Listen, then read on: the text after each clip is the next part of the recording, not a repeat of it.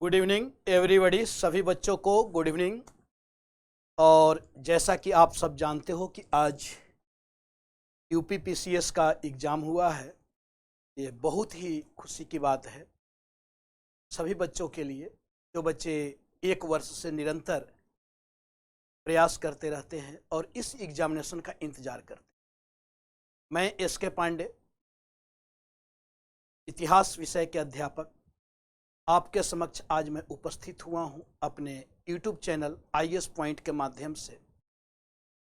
और यहाँ पे मैं जो डिस्कस करूँगा बच्चों, वह केवल इतिहास से संबंधित प्रश्नों का ही मैं डिस्कस कर सकता हूँ। और जैसा कि प्रश्न आप देखे होंगे 21 प्रश्न, 21 क्वेश्चन आपके इतिहास से इस बार पूछा गया है यूपीपीसीएस के 2021 के इस एग्जामिनेशन। यानी 21 क्वेश्चन आपका इतिहास से है। यहाँ पे 21 क्वेश्चन इतिहास से पूछे प्रश्न। अगर कुछ प्रश्नों को छोड़ दिया जाए तो प्रश्न आसान थे, हाँ कंफ्यूजन है। दूसरी चीज जो इस बार जो बदला हुआ पैटर्न है, अगर आप देखोगे तो इस बार के पैटर्न में आप देखो कि प्रश्न कंटिन्यू नहीं पूछा। जैसे पहले होता था कि 5-7 क्वेश्चन एक साथ पूछे जाते थे, तो एक कहीं ना कहीं और एक बच्चों के ऊपर प्रेशर होता है, क्योंकि आप जहाँ पे बैठे होते हो, जिस एग्जामिनेशन हॉल में बैठे होते हो, और जो प्रेशर आपके ऊपर होता है, वहाँ पे स्वाभाविक सी बात है कि वहाँ पे आसान प्रश्न भी गलत होने की संभावना होते हैं। और उन चीज़ों को एक स्टूडेंट ही समझ सकता है।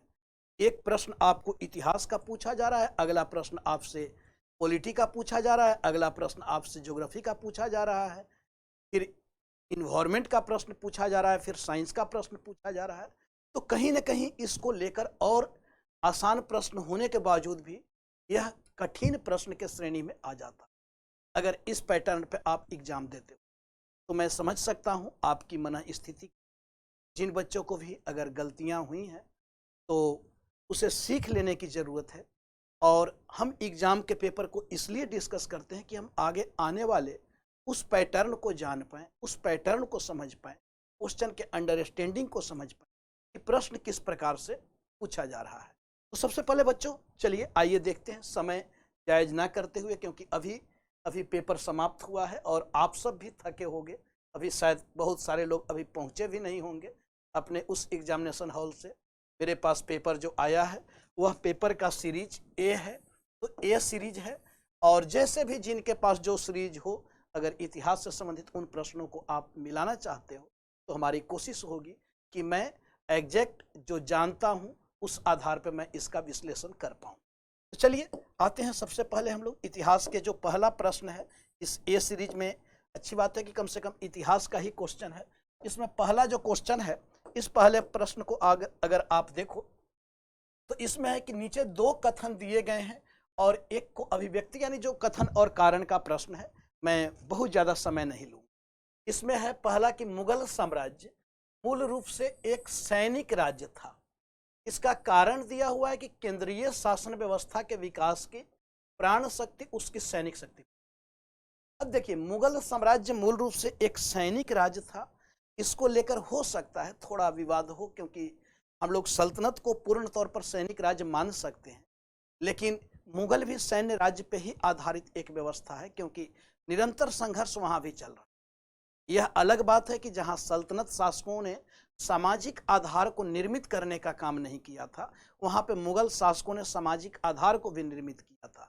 दूसरी ओर कि जो सल्तनत शासक हैं उनमें ज़्यादातर पे आप देखो तो वे धर्म के आधार पे वे शासन कर रहे हैं, शरीयत को के आधार पर शासन कर रहे हैं। कुछ शासकों को अपवाद में हम लोग रख सकते हैं, लेकिन फिर भी वहाँ पे जो सल्तनत शासक हैं वे धार्मिक रूढ़िवादिता का पालन कर रहे हैं। मुगल शासकों में कम से कम हम वैसी धार्मिक रूढ़िवादिता नहीं देखते।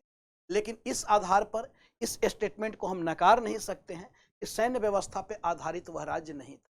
क्योंकि बच्चों आप देखो कि चाहे कोई भी, आप बाबर से लेकर आप औरंगजेब के शासनकाल तक देखो, तो इनके साम्राज्य इसलिए बना रहा क्योंकि इनकी सैन्य तंत्र मजबूत थी।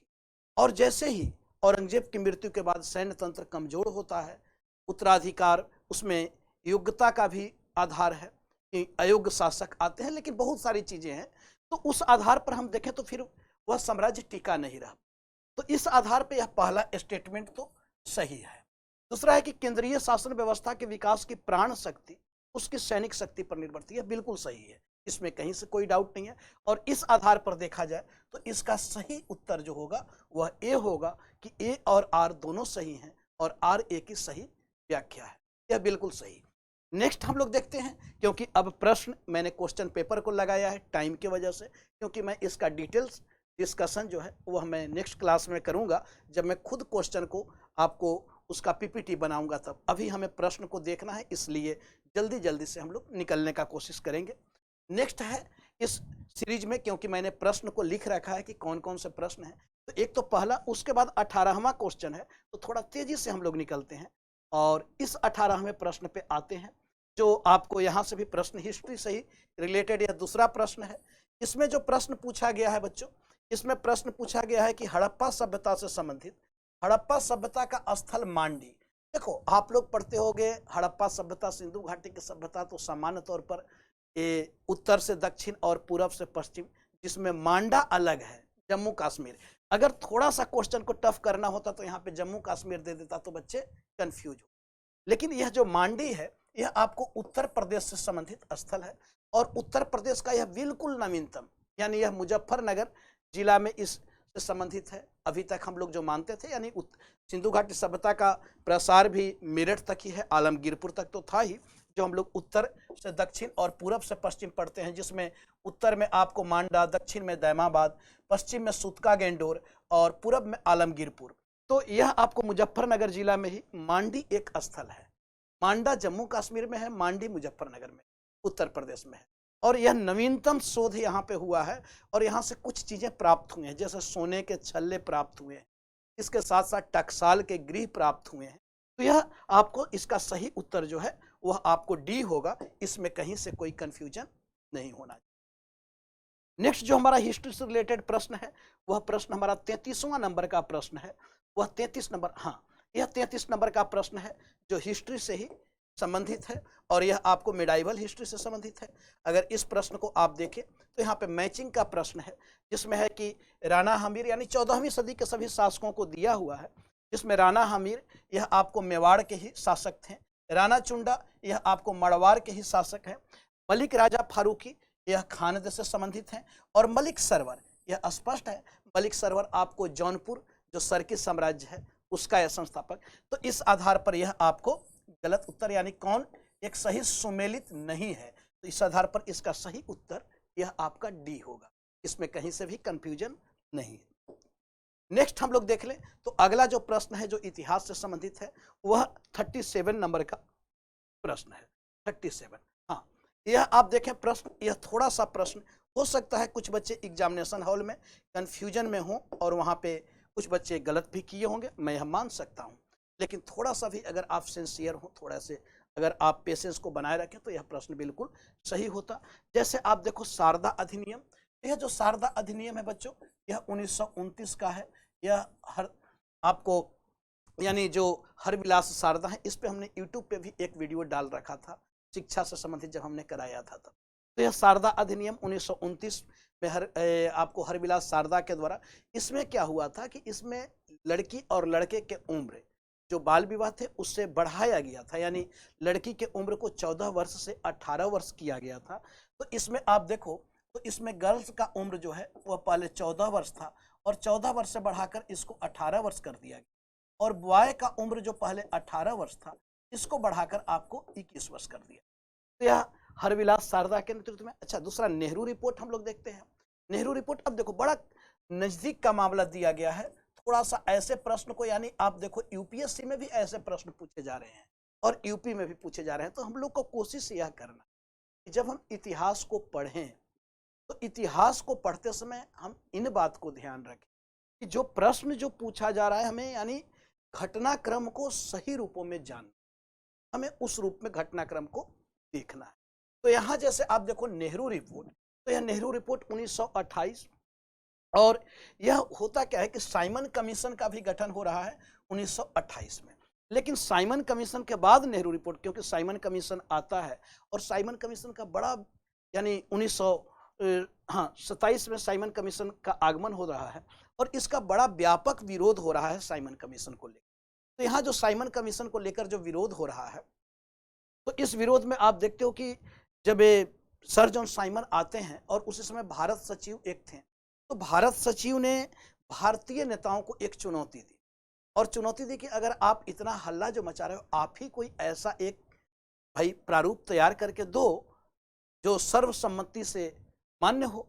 और इसके लिए नेहरू की अध्यक्षता में एक आपको आयोग का गठन किया जाता है, जो आपको मोतीलाल नेहरू की अध्यक्षता में। तो यह नेहरू रिपोर्ट है। और डांडी मार्च यह आपका 1930 का है, 1930 का, यानी सबसे लास्ट में आपका 4 होगा। इस आधार पर आप देखें तो इस आधार पे इसका जो सही उत्तर है वह सही उत्तर ए होना चाहिए, ए है, ठीक है, ए है, यानी इसका सही उत्तर ए है। तो इसमें भी कहीं से कोई आपका विवाद नहीं है। नेक्स्ट जो हमारा प्रश्न है, हाँ, नेक्स्ट जो हमारा प्रश्न है वह प्रश्न हमारा प्रश्न संख्या, अगर हम लोग देखें तो प्रश्न संख्या 42 को हम लोग देख सकते हैं। नेक्स्ट आपको 42, अब 42 आप देखो, हाँ, अब यहाँ पे 42 में आप देख रहे हो कि यहाँ पे एक यानी मॉडर्न इंडिया से प्रश्न है और यह जो प्रश्न है जब सविनय अवज्ञा आंदोलन के समय 1930 के समय का। तो यह प्रश्न पूछा है कि उस विदेशी पत्रकार का नाम बताइए जो धरसना, जो नमक वर्क्स पे सत्याग्रह के बारे में समाचार दिया था। तो यह वेब मिलर था, यह अमेरिकी पत्रकार था, अमेरिकी पत्रकार था वेब मिलर।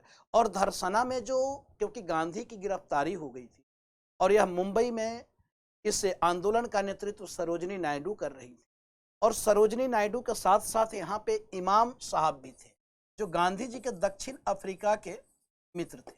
तो सरोजनी नायडू, इसके साथ साथ आप देखें तो इमाम साहब जो गांधी के मित्र थे और गांधी के एक पुत्र भी इस आंदोलन से जुड़े हुए थे, वह थे आपको मनीलाल।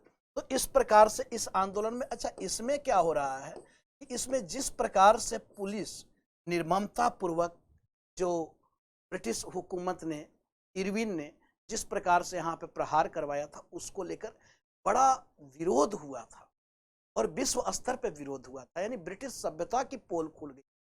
आप किस प्रकार से निहत्थे लोगों को किस स्तर से आप उनको मारते हो। तो इसको लेकर बड़ा ब्रिटिश साम्राज्य की निंदा की गई थी। और इसमें वेब मिलर अमेरिकी पत्रकार था, इसने बतलाया है कि मैंने असंख्य ऐसे जन आंदोलन को देखा, लेकिन इस प्रकार से मैंने जन आंदोलन नहीं देखा जहां पे एक शांतिपूर्वक जुलूस के ऊपर और इतना निर्ममता पूर्वक प्रहार किया। तो यह बहुत ही यानी हाईलाइटेड चीजें हैं। अगर इससे संबंधित कोई बच्चा गलत कर रहा हो तो थोड़ा सा आपको कंट्रोल करने की, क्योंकि ऐसे प्रश्न, मेरा यह मानना है कि ऐसे प्रश्न गलत नहीं होने चाहिए और ऐसे प्रश्न गलत होने का मतलब है कि फिर आप उस रेस से बाहर होते हो जहाँ पे इतना टफ कॉम्पिटिटिव एग्जाम है और एक एक प्रश्न आपके लिए कितना मायने रखता है। नेक्स्ट हम लोग देखें तो नेक्स्ट प्रश्न जो यहाँ पे पूछा गया है वह हिस्ट्री से संबंधित, वह है आपको 51 नंबर का क्वेश्चन, 51 नंबर का। यह आपको रंजीत सिंह से संबंधित प्रश्न है और इस प्रश्न में आपको जो पूछा है, हाँ, यह प्रश्न है आपको राजा रंजीत सिंह के संदर्भ में। और यह प्रश्न आपसे पूछा गया है कि राजा रंजीत सिंह ने किस स्थान पर अदालत-ए-आला की स्थापना की। तो यह राजा रंजीत सिंह ने अदालत-ए-आला की जो स्थापना की थी वह आपको लाहौर में अदालत-ए-आला की इन्होंने स्थापना की थी। यह था क्या, तो इसकी यानी जो प्रांतीय स्तर से जो अपील होती थी वह अपील सीधे ही अदालत-ए-आला में होती थी, जो रंजीत सिंह के राजधानी में एक कोर्ट लगा करता और इसी में आपको जो भी व्यक्ति होता था तो उसको चाहे आर्थिक या शारीरिक दंड भी दिया जाता था। शारीरिक दंड में आपको कोड़ा मारना, ये सारी चीजें जो थे। इसके साथ साथ मृत्यु दंड का अधिकार केवल इसी अदालत में था, यानी राजा को ही था। मृत्यु दंड कोई और नहीं, किसी अन्य न्यायालय में नहीं दिया जाता था। तो यह आपको लाहौर इसका सही उत्तर है। यह भी आसान प्रश्न है और इस प्रश्न को भी सारे बच्चे को सही करना चाहिए। नेक्स्ट हम लोग आते हैं 57 नंबर के क्वेश्चन पे, यानी आप देखो कि प्रश्न किस प्रकार से पूछे जा रहे हैं। अब यह प्रश्न आपको जैन तीर्थंकरों पे है। सामान्य तौर पे हम लोग पढ़ते हैं जैन तीर्थंकरों के, कभी कभी प्रतीकों से संबंधित प्रश्न पूछता है, कभी कभी आपको इन तीर्थंकरों के विषय में आपका जो प्रश्न पूछता है वह क्रमबद्धता में पूछ देता है कि कौन से तीर्थंकर किस नंबर के, लेकिन यहाँ पे उनके निर्वाण स्थल से प्रश्न पूछा। अब यह क्यों पूछा है, तो हमेशा प्रश्न पूछने की संभावना होती है कि उससे संबंधित हाल फिलहाल की घटना क्या है। तो जैसे आप देखो ऋषभनाथ, अब ऋषभनाथ यह आपको पहले तीर्थंकर हैं और इनका जो निर्वाण स्थल है वह अष्टपाद है, यह बिल्कुल सही, यानी इसमें है कि एक युग में सही सुमेलित नहीं है। तो कौन सा युग्म है जो सही सुमेलित नहीं है, तो ऋषभनाथ यानी पहले तीर्थंकर हैं और अष्टपाद इनका निर्वाण स्थल है, तो यह बिल्कुल सही सुमेलित है, इसमें कहीं से कोई डाउट नहीं है। अच्छा, यह क्या था कि यह जो जैसे अष्टापद जो है, तो यह 2600 ईसा पूर्व में यह प्रथम तीर्थंकर थे और यह आपको 2600 ईसा पूर्व में इनका निर्वाण प्राप्ति हो रहा है ऋषभनाथ को, और यह होता है आपको यानी हिमाचल के क्षेत्र में, यह हिमाचल के क्षेत्र, कहाँ पे है, हिमाचल, हिमाचल के क्षेत्र अष्टापद। अच्छा, दूसरी चीज आप देखें वासुपूज्य, अब वासुपूज्य जो है यह भी जैन तीर्थंकर हैं और यह 12वें नंबर के जैन तीर्थंकर। थोड़ा सा नंबर मैं यहाँ पे आप लोगों को दे रहा हूँ, यह पहले नंबर के जैन तीर्थंकर हैं और यह वासुपूज्य जो हैं वे 12वें नंबर के जैन तीर्थंकर हैं। इनका जो यानी जो निर्वाण स्थल है वह समेत शिखर नहीं है, समेत शिखर, बल्कि समेत शिखर जो है वह 23वें तीर्थंकर पार्श्वनाथ का है, जो पार्श्वनाथ पहाड़ी पे है। इनका मंदारगिरी एक बिहार में स्थल है, मंदारगिरी, मंदारगिरी यह आपको बिहार में नालंदा के पास एक स्थल है और यह इनका निर्वाण स्थल है। और समेत शिखर जो है यह 23वें तीर्थंकर, समेत शिखर यह आपको 23वें तीर्थंकर, 23वें तीर्थंकर जो पार्श्वनाथ हैं, 23वें तीर्थंकर पार्श्वनाथ का यह निर्वाण स्थल, पार्श्वनाथ का यह निर्वाण स्थल। उसके बाद नेमिनाथ को आप देख लें, तो नेमिनाथ जो है यह नेमिनाथ आपको यानी 22वें तीर्थंकर हैं और यह जो यानी उज्जैन है, यह उज्जैन आपको गुजरात में जूनागढ़ के पास है, जूनागढ़, ठीक है, जूनागढ़, जूनागढ़, जूनागढ़ के, जूनागढ़ ऐसे भी बहुत महत्वपूर्ण है जूनागढ़ अभिलेख को लेकर। उसके बाद महावीर स्वामी यह आपको 24वें तीर्थंकर हैं और यह पावापुरी में बिहार में। तो इस प्रकार से इसका जो सही उत्तर है वह सही उत्तर होगा बच्चों डी होगा, वासुपूज्य मंदारगिरी। इसमें भी कोई, हाँ इसमें हो सकता है कुछ बच्चे जो हैं वे गलत किए होंगे या थोड़ा कंफ्यूज हुए होंगे, मैं यह मानता हूं कि ऐसे प्रश्न में गलतियां होने की संभावनाएं होती हैं, लेकिन एकाध ही प्रश्न ऐसा होता है। चलिए नेक्स्ट हम लोग आते हैं, तो नेक्स्ट जो प्रश्न है वह है 65 नंबर का प्रश्न, 65 नंबर। यह प्रश्न भी थोड़ा मैं मान सकता हूं, यह कठिनतम प्रश्न में इसे मैं मान सकता हूं। इसमें है कि फवायदुल फवाद, ये सामान्य बच्चे हो सकता है गलत किए हों, तो यह फवायदुल फवाद यह एक पुस्तक है जो शेख निजामुद्दीन औलिया जो एक चिश्ती संत थे और इनके उपदेशों का संकलन है। यह क्या है, तो निजामुद्दीन औलिया के उपदेशों का संकलन, उपदेशों का संकलन, उपदेशों का संकलन, और इनके जीवन काल में ही, निजामुद्दीन औलिया के जीवन काल में ही इस इनके उपदेश को संकलित किया। यह बहुत महत्वपूर्ण चिश्ती संत थे। यह निजामुद्दीन औलिया जिनकी दरगाह आपको दिल्ली में है, ये आपको योग पे विशेष, प्राणायाम पे विशेष इनका बल होता था और इनसे संबंधित प्रश्न पूछता है कि यह किसके समकालीन थे। बहुत बार प्रश्न यूपी पे पूछता है, या गियासुद्दीन तुगलक को किस संत से विवाद था, या निजामुद्दीन औलिया का किस सुल्तान से विवाद था, तो वह आपको गियासुद्दीन तुगलक के साथ इनका विवाद हो गया था और उसमें इन्होंने बोला था कि हुनूज दिल्ली दूरस्थ अस्थि, हुजूर अभी दिल्ली बहुत दूर है, और कहीं ना कहीं इनकी बातें सही साबित होती। अच्छा, यह जो है कि फवायदुल फवाद, यह आपको निजामुद्दीन औलिया के उपदेश का संकलन, इसको किया किसने था, तो इसका आपको अमीर हसन सिजजी ने किया था। अमीर खुसरो जो है, अमीर खुसरो इनके समकालीन है और जिस दिन औलिया की मृत्यु होती है उसके ठीक अगले दिन अमीर खुसरो की मृत्यु हुई। यह भी 8 सुल्तानों का शासनकाल देखे थे।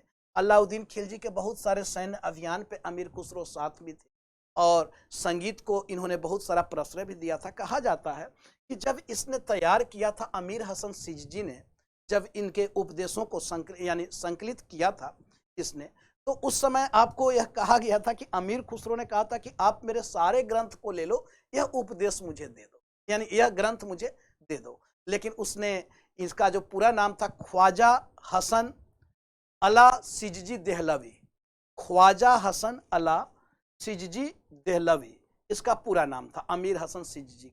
ख्वाजा, उसको बल्कि लिख ले आप लोग, ख्वाजा हसन अला सिजजी देहलवी। तो यह थोड़ा प्रश्न को आप वैसे मान सकते। नेक्स्ट हम लोग देखें तो नेक्स्ट हमारा जो प्रश्न है हिस्ट्री से रिलेटेड, वह हमारा 69 नंबर का प्रश्न है। हाँ, यह प्रश्न है, यह भी बहुत अच्छा प्रश्न है, बहुत अच्छे तरीके से इस प्रश्न को भी पूछा गया है। जैसे भारतीय इतिहास के संदर्भ में वायकोम सत्याग्रह। अब देखो, आप जब इतिहास को पढ़ो तो इतिहास के साथ साथ उन घटनाक्रम को थोड़ा, कुछ महत्वपूर्ण जो घटनाक्रम उसको जानना चाहिए, उसको याद रखना चाहिए। यह जो वायकोम सत्याग्रह है, यह आपको असहयोग आंदोलन की समाप्ति के बाद आपको 1924-25 में, यानी असहयोग आंदोलन तो 1920 में शुरुआत हुआ और 1922 में समाप्त हो जा रहा है चौरी चौरा कांड के बाद। तो यह 1924-25 में वायकोम सत्याग्रह चलाया जा रहा है।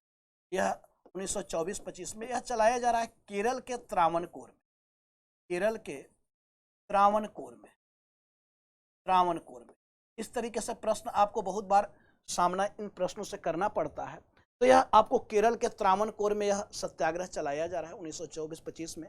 और इझवा जाति के, इझवा जाति जो थे वह निम्न जाति के लोग थे और उन्हीं का एक नेता थे जो आपको, यानी टीके, आपको उनका नाम था टीके माधवन। और टीके माधवन जो थे, तो यह टीके माधवन के द्वारा ऐसे और भी इसमें नेता जुड़े हुए थे। तो टीके माधवन उस समय, टीके माधवन यह उस समय के नेता थे और यह वकील भी थे। इन्होंने यह अस्पृश्यता और जातिगत भेदभाव के विरुद्ध यह एक सत्याग्रह था। तो यह सत्याग्रह चलाया जा रहा है, पहले नारायण गुरु के नेतृत्व में भी चलाया गया था इझवा जाति के लोगों के द्वारा। अच्छा, इसमें क्या है, यानी अस्पृश्यता एवं जातिगत भेदभाव के विरुद्ध यह आंदोलन, क्योंकि दक्षिण भारत में समाज बड़ा अलग रूप में, ब्राह्मण और गैर ब्राह्मण के रूप में समाज का विभाजन था। तो यह आपको आंदोलन चलाया गया था। इसमें गांधी पहले मना किए थे, टीके माधवन को गिरफ्तार भी किया गया था, वह कांग्रेस से जुड़े हुए थे। तो गांधी नहीं चाह रहे थे कि भाई सामाजिक अभी उस तरीके से, यानी समाज को अभी संगठित रखने की जरूरत है। तो बाद में गांधी ने, यानी उसको समर्थन तो दिया था, लेकिन गांधी वहां पे समर्थन में भाग नहीं लिए थे। महात्मा गांधी ने इस सत्याग्रह में भाग लिया था, तो यह गलत है। सत्याग्रह में भाग नहीं, उन्होंने समर्थन दिया। तो इस आधार पर केवल इसका एक सही है। यह बिल्कुल आसान प्रश्न था। नेक्स्ट हम लोग देखते हैं। तो नेक्स्ट प्रश्न जो हिस्ट्री से रिलेटेड है वह है आपको, हाँ, 71, यह आपको हिस्ट्री एंड सोसाइटी से रिलेटेड प्रश्न है।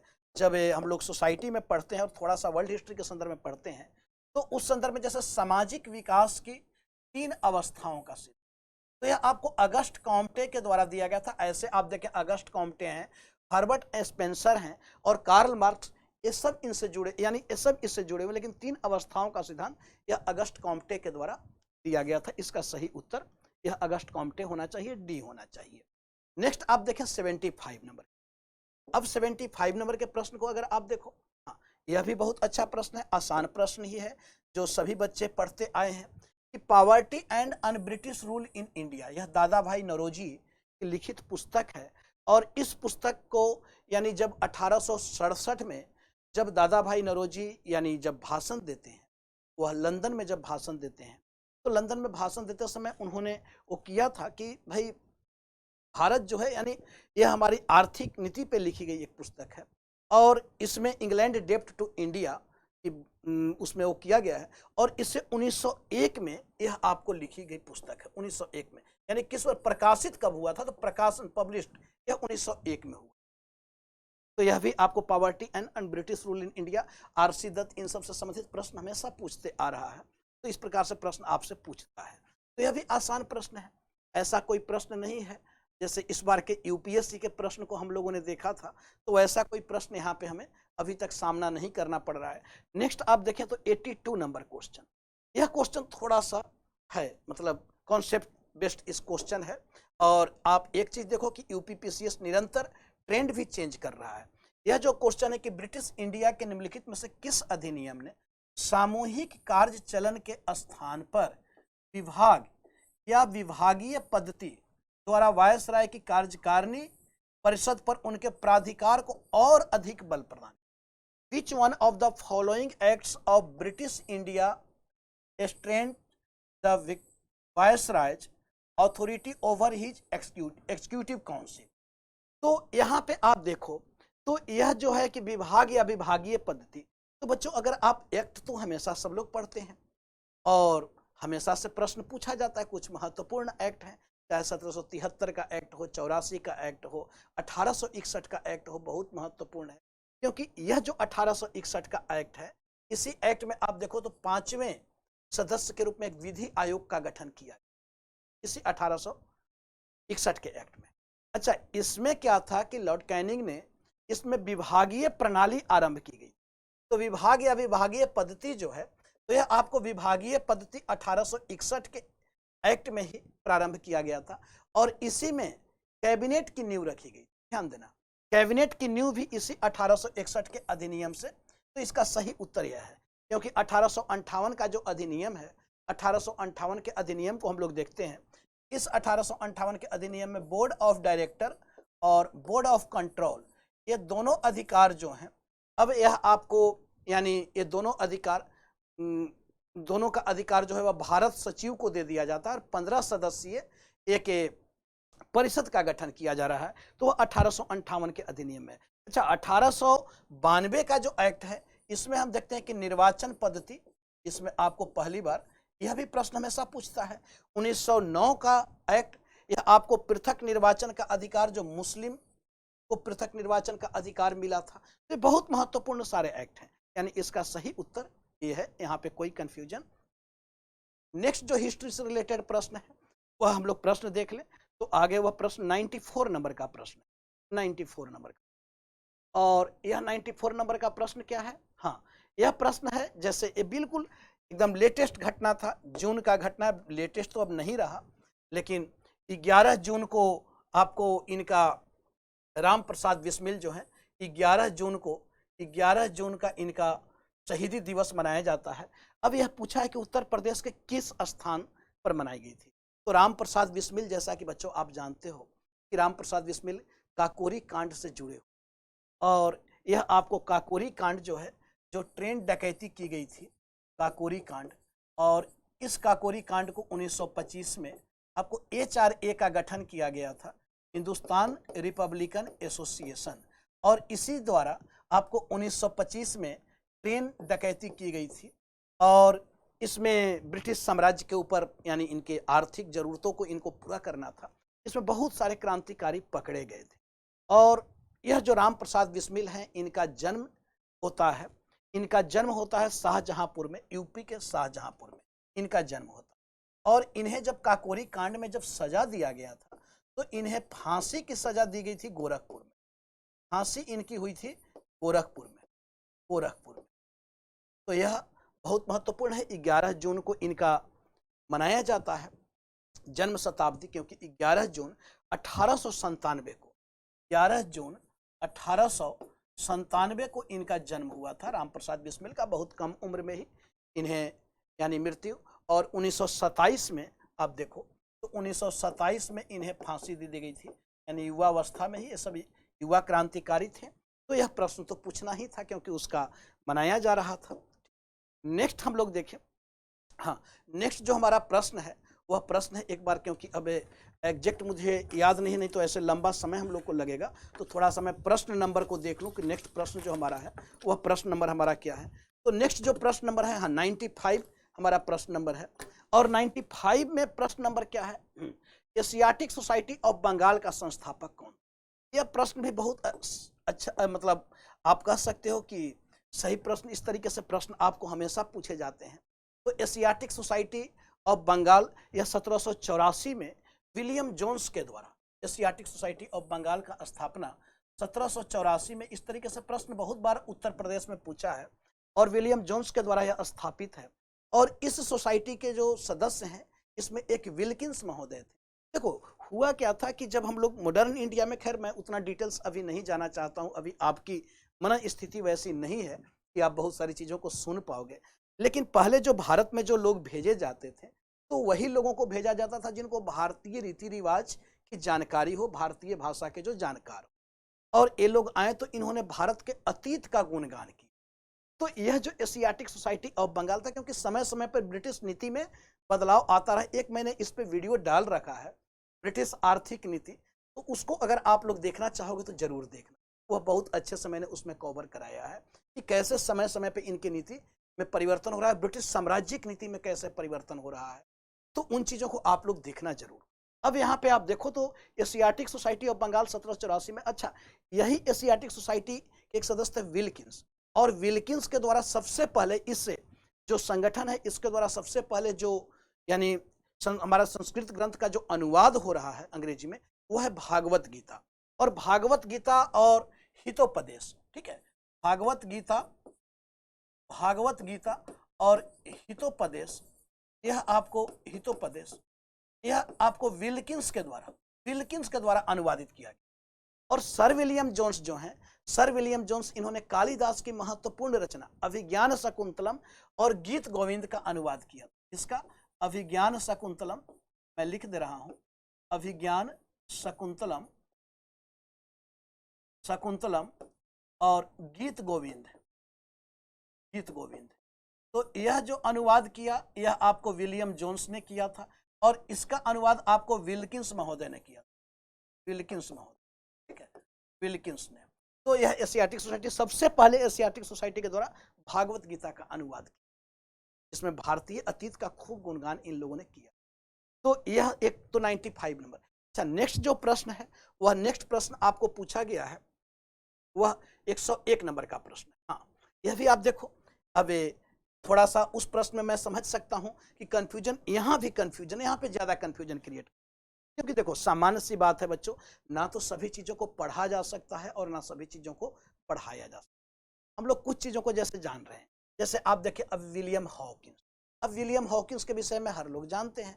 यह विलियम हॉकिंस, यह आपको 1608 में आता है, 1608 में जहांगीर के शासनकाल में आता है, और यह ब्रिटिश के सम्राट जेम्स प्रथम का राजदूत था, और यह सूरत में आया है सबसे पहले 1608 में, और वहीं सूरत में फैक्ट्री भी स्थापित की गई थी। और उसके बाद फिर आप देखते हो तो यह आता है आगरा जहांगीर के दरबार में, और उसके बाद इसको 400 का मनसब प्रदान किया था जहांगीर ने। तो यह जहांगीर के समय में आया है, जहांगीर के समय में 1608 में। और विलियम जेम्स का आपको राजदूत था, ध्यान देना, यानी विलियम जेम्स प्रथम का राजदूत, मैं लिख दे रहा हूं यहाँ पे, विलियम जेम्स प्रथम का राजदूत। मैं समझ रहा हूं कि आज जो एग्जाम दिए हैं वे तो नहीं ये सुनना चाह रहे होंगे, लेकिन उन बच्चों का भी आप ख्याल रखें जो आगे आपके भाई देने वाले हैं, तो जो दोस्त देने वाले हैं, जो बहनें देने वाली हैं, तो उनके लिए विलियम जेम्स प्रथम का यह राजदूत था, ठीक है, विलियम जेम्स प्रथम का राजदूत था, जेम्स राजदूत प्रथम लिख दिया हूँ, जेम्स प्रथम का राजदूत था। अच्छा, रॉल्फ फिच, अब रॉल्फ फिच तो चलो ये भी आप मान सकते हो कि इसे भी लोग पढ़ते हैं कि भाई यह 1583 में अकबर के शासनकाल में आया था, 1583 में अकबर के शासनकाल में यह आया। चलो इसे भी हम लोग पढ़ते आए हैं, जानते हैं। उसी तरीके से सर टॉमस रो को भी हम लोग जानते आए हैं भाई, यह भी सर टॉमस रो, यह आपको जहांगीर के शासनकाल में आता है 1615 ईस्वी में। यह भी जेम्स प्रथम का राजदूत ही था, तो 1615 ईस्वी में यह भी आपको जहांगीर के शासनकाल में आया। और यह आपको जब आता है तो यह भी सर टॉमस रो का राजदूत था, और यह अजमेर में जहांगीर से मुलाकात करता। अब यह निकोलस डाउंटन, मुझे नहीं लग रहा है कि सारे बच्चे इसको जानते होंगे, पढ़े होंगे, तो ऐसे में हमें थोड़ा सा, मैं समझता हूं कि एग्जामिनेशन हॉल में बड़ा मुश्किल होता है, वो यहाँ पे कहना आसान होता है, लेकिन एग्जामिनेशन हॉल में कितना मुश्किल होता है कि आप कैसे, वो भी 150 प्रश्न है, समय आपके पास 120 मिनट है, तो मैं समझ सकता हूँ। तो थोड़ा अगर ऐसे संदर्भ में एक आध मिनट रुक कर आप काम करोगे तो आपका एग्जैक्ट आंसर निकल जाता है। जैसे आप देखो तो अब फर्स्ट जो है, और यानी सेकंड को आप पहले कर लो, तो सेकंड को आप पहले कर लोगे, सेकंड को पहले कर लोगे, और उसके बाद फर्स्ट को रखोगे, उसके बाद थर्ड को रखोगे, तो ये कहीं ना कहीं हम इसके करीब आ रहे हैं, रिस्क ले सकते हैं। अब निकोलस डाउंटन जो है, यह निकोलस डाउंटन 1561 में, अकबर के समय, 1561 में यह आता है अकबर के समय। लेकिन मैं यह जान रहा हूं कि सभी ना तो यह सभी लोग पढ़ते ना पढ़ाया जाता है, तो हम लोग ऑप्शन के अकॉर्डिंग इसको सही कर सकते हैं। तो यह सही उत्तर इसका बी होगा। ठीक है, नेक्स्ट हम लोग आगे बढ़े। नेक्स्ट आगे 104 नंबर का क्वेश्चन है। क्या है क्वेश्चन 104 नंबर का, उससे भी देख ले। हाँ, यह है कि यह भी आसान प्रश्न है, इसे तो सभी को सही करना चाहिए। 1926 में डेट भी दे दिया है, गठित नौजवान सभा। अब नौजवान सभा में आप देखो तो यह आपको यानी आप कह सकते हैं कि एक प्रकार से क्रांतिकारी विचारों का प्रचार प्रसार करने के लिए यह गठित किया गया था। उधर काकोरी कांड हो चुका था, यानी घटनाक्रम को हमें देखना है, और ब्रिटिश सरकार के द्वारा प्रतिबंधित कर दिया गया था पार्टी को। भगत सिंह ने अपनी एक अलग पार्टी बनाई, नौजवान सभा, और चंद्रशेखर आजाद, क्योंकि 1924 में HRA गठित किया गया था, 25 में काकोरी कांड हुआ, 1928 में उसका नाम बदलकर HSRA किया जाता है। इधर पंजाब में जो क्रांतिकारी लोग थे, युवा क्रांतिकारी, इन्होंने भगत सिंह ने नौजवान सभा, अजीत सिंह इनके चाचा भी जुड़े हुए थे। तो इसमें भगत सिंह, छबील दास और यशपाल सभी थे। यानी कौन नहीं था, कौन नहीं था? तो भगत सिंह थे, छबील दास थे, यशपाल थे। अंबिका चक्रवर्ती यह नहीं थे। ठीक है, तो यह बहुत अच्छा। इसी संगठन के द्वारा आगे हम लोग देखते हैं कि सैंडर्स की हत्या की जाए। ठीक है, तो नेक्स्ट चलिए आते हैं अगला प्रश्न पे, जो हिस्ट्री से रिलेटेड है।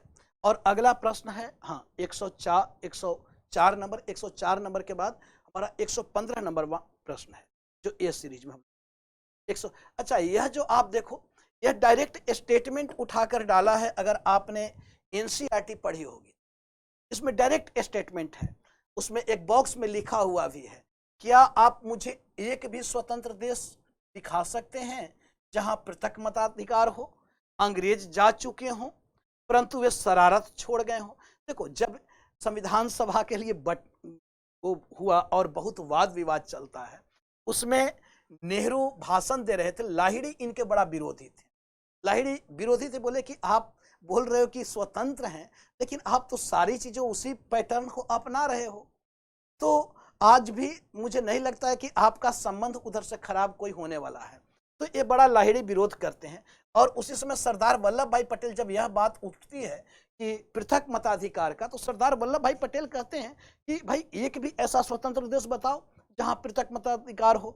अंग्रेज जा चुके हैं परंतु वे शरारतें छोड़ गए हैं। तो यह आपको सरदार वल्लभ भाई पटेल का, तो यह भी आसान है, और इस प्रश्न को भी बच्चे किए हैं और किया जा सकता।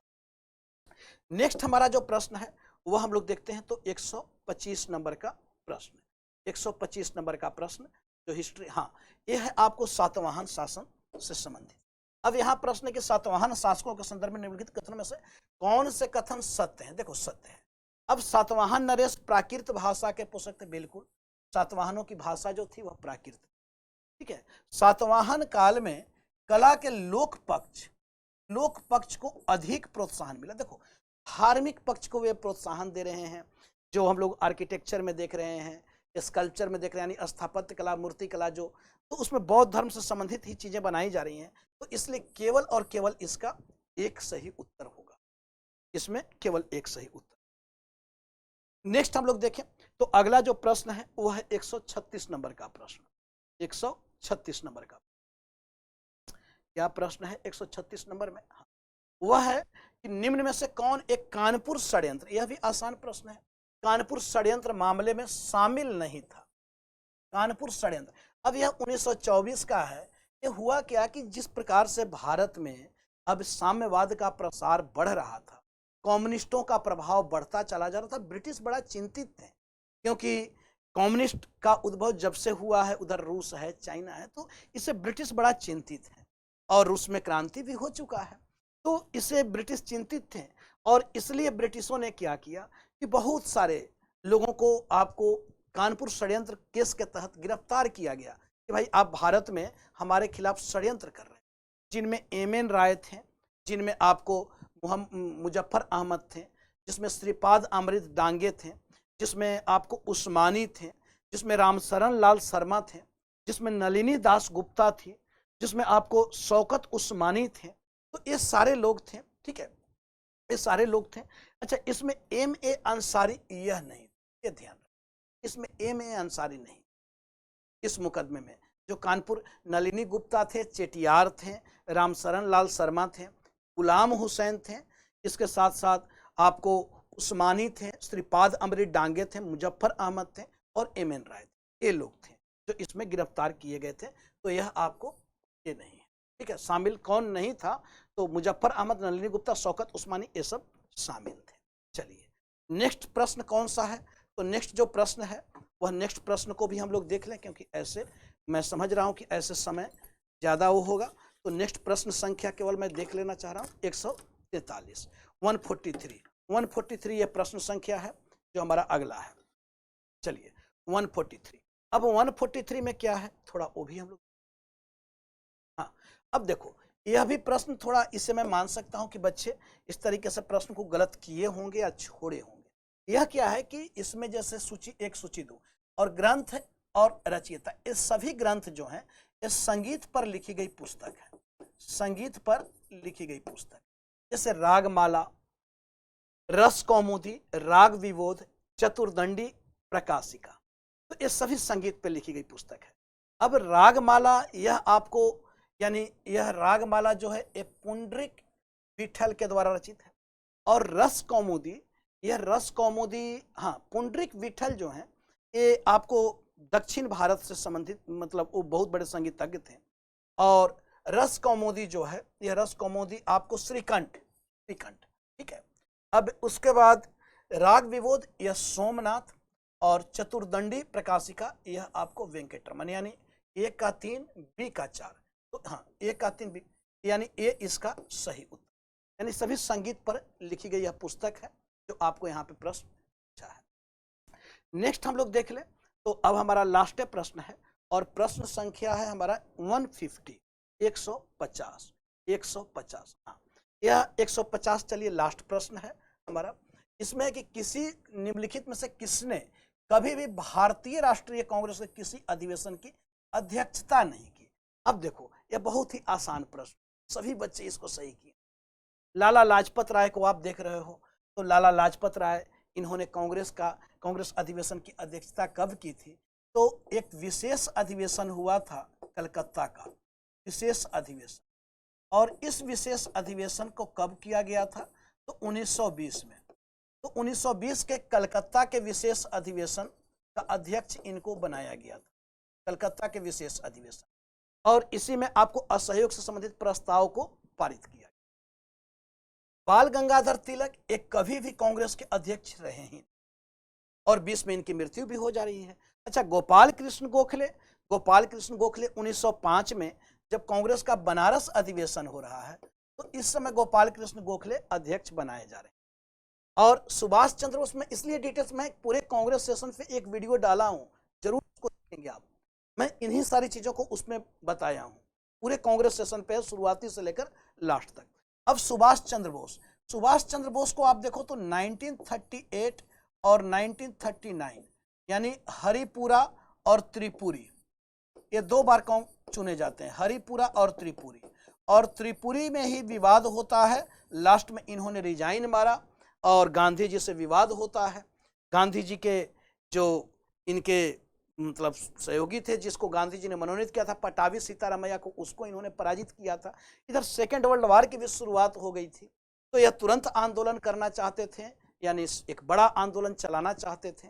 गांधी और नेहरू उसके पक्ष में नहीं थे। बाद में विवाद होता है, सुभाष चंद्र बोस कांग्रेस के पद से रिजाइन दे देते हैं और राजेंद्र प्रसाद को फिर उस वर्ष कांग्रेस का अध्यक्ष बनाया गया। तो यह आपसे प्रश्न पूछे गए थे, बहुत ही आसान, मैं यह नहीं कह सकता हूं एकदम से आसान है, लेकिन प्रश्न थोड़ा सा, क्योंकि एग्जामिनेशन हॉल में 150 नंबर 150 क्वेश्चन को करना 120 मिनट में 2 घंटा में बहुत मुश्किल होता, और वो भी जहां पे आपको हर प्रश्न के बाद एक अगला सब्जेक्ट से संबंधित प्रश्न पूछे। तो फिर भी बच्चों हम लोगों ने कोशिश किया है, इसको जरूर देखेंगे, और बाकी जो नए बच्चे हैं वे जरूर देखेंगे। कट ऑफ जहाँ तक है वह पिछले वर्ष की तरह 87, 88 से ज़्यादा कट ऑफ नहीं जाएगा। जो भी बच्चे अगर उस रेंज में आ रहे हों, 85 से ऊपर हों, तुरंत तैयारी स्टार्ट कर दें, बिल्कुल नहीं सोचें। निगेटिव मार्किंग है और अपना ऑप्शनल साथ साथ जरूर स्टार्ट करें। चलिए, बहुत बहुत धन्यवाद। थैंक यू सभी बच्चों को। अपने दोस्तों तक भी इस वीडियो को शेयर करेंगे, उन्हें भी पहुंचाएंगे। चलिए, धन्यवाद सभी बच्चों को।